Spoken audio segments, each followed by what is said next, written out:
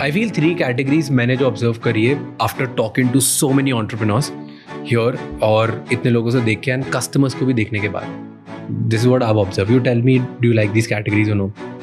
So first I feel कि एक बहुत बड़ी अपॉर्चुनिटी है that is in kids learning solutions.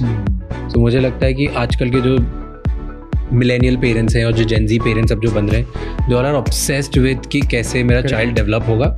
And वो चाइल्ड डेवलप होगा तो चाइल्ड की जो लर्निंग टॉयज़ या चीज़ें आ रही ना, उसमें I see a big space. I feel वो बहुत, आई थिंक उसमें इम्पल्सली तुम किसी को कुछ बेच सकते हो और अगर अच्छी चीज़ है तो फिर वो बहुत ज़्यादा खरीदते जाएंगे. विद एवरी एज देन तुम्हारा लाइफ टाइम वैल्यू बहुत स्मार्ट रहता है. Agreed. No, I mean as a parent myself I still think कि डर्थ है, you know, because you are right in saying that हम ऑब्सेस्ड हैं अपने बच्चों की ब्रेन डेवलप हो, कुछ हो, मतलब उनका कुछ मिल जाए उनको, कुछ हम कर पाए उनके लिए better, right, broadly as a theme. And within that वो स्टेम के टॉयज वायज आते हैं, बट यू राइट, वो थोड़ा अभी मतलब रन ऑफ द मिल ही है और कम ही है, सप्लाई कम है, इनोवेशन कम है to a great degree, right. So agreed. I think I feel जितना कंटेंट में काम हुआ है ना कि किड्स को एडिक्टिव बनाओ, उतना ही दूसरी चीज़ों में और सामान में भी हो सकता है. आई एग्री, बिल्कुल. Like so that is one category which I see.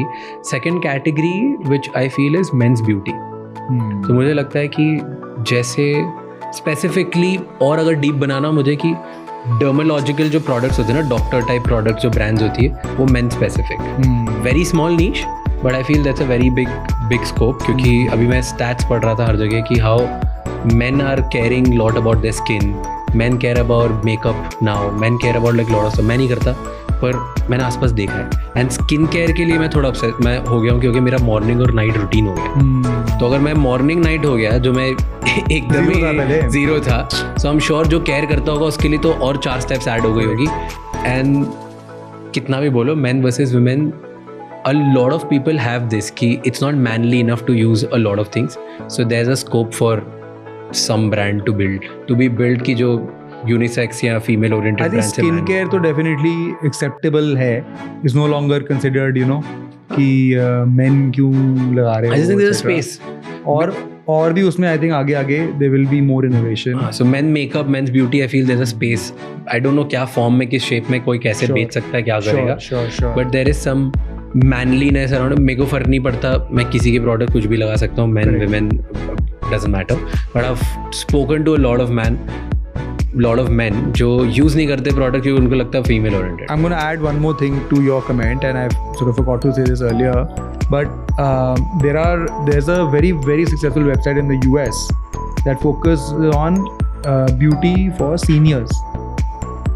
So 55 plus women who have a lot of money, 55-60 plus women, वो उन्हीं के हिसाब से स्किन क्या है नहीं है, सुपर निश है, और somebody's built a $1 billion business. Sweet. हाँ, एक ही ब्रांड है, मतलब और भी it's a big opportunity. Yeah. Think about it, because India में भी क्या होगा already, and the next 5-10 years 50 plus women.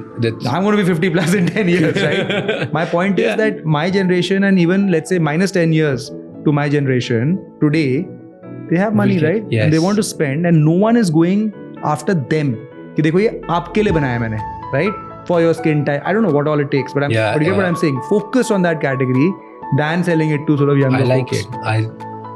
Wow. Why I've never thought about it. It's an interesting. Yeah, it's a brand. देखना, बड़ा अच्छा brand है. तो same ऐसी लड़कों की जो brand बनी है, जिसपे उसे मेरे को याद आया, तूने बोला तो मेरे माइंड में आया. US में $1 billion brand है, लड़कों की ऊपर बनी HIMS. HIM. Okay. It's a men specific got it beauty brand in the US. In the US. And third जो मुझे डाइसी लगती है बट आई एम कॉन्फिडेंट कोई करेगा स्पेस, दैट इज शर्ट्स. तो जस्ट प्योरली डेटा, इंडिया में सबसे बड़े एम्प्लॉयर्स कौन है? Banks and tech companies, these are the big employers. वहाँ पे आज भी हिप कूल चीज़ें अलाउड नहीं है. श्योर, वो शर्ट ही पहन के जाते हैं. Using such a like a mandatory consumption product, right? And I don't feel कि there is one cool brand for young people for the shirt, क्योंकि cool तो उन्हें भी लगना है ना इंटरनेट के बाद. हर किसी को smart तो feel करना ही है. I don't feel there's any smart brand which is solving that problem for shirts, which is like basic good shirt. Got it. You're which saying adds status to their life. Shirt for office. For office wear, but office which shirts. is not run of the mill, है ना? Which adds some level of status to you. Yeah. कुछ तो उसमें मतलब मुझे मिल रहा है extra. versus वही घिसा बेटा या फिर मैं फिर डिजाइनर टाइप का ले लूँ कुछ, पर वो फिर मैं ऑफिस में नहीं पहन सकता. It's just like basic shirt, good quality shirts. या तो मैं क्वालिटी पे बेचूं या मैं स्टेटस पे बेचूं. Tell me Rare Rabbit type brands and then you know fast fashion. हाँ, got it. वो तो ऑफिस वेयर नहीं है वो. They position themselves as कि बाहर जाओ और घूमो ना. So let's say a Peter England for young people. ठीक है. Arrow for young people. Van Heusen for young people. The more like standard stock shirts जो मिलती हैं उसका प्लस क्यों नहीं आ रहा? Yes.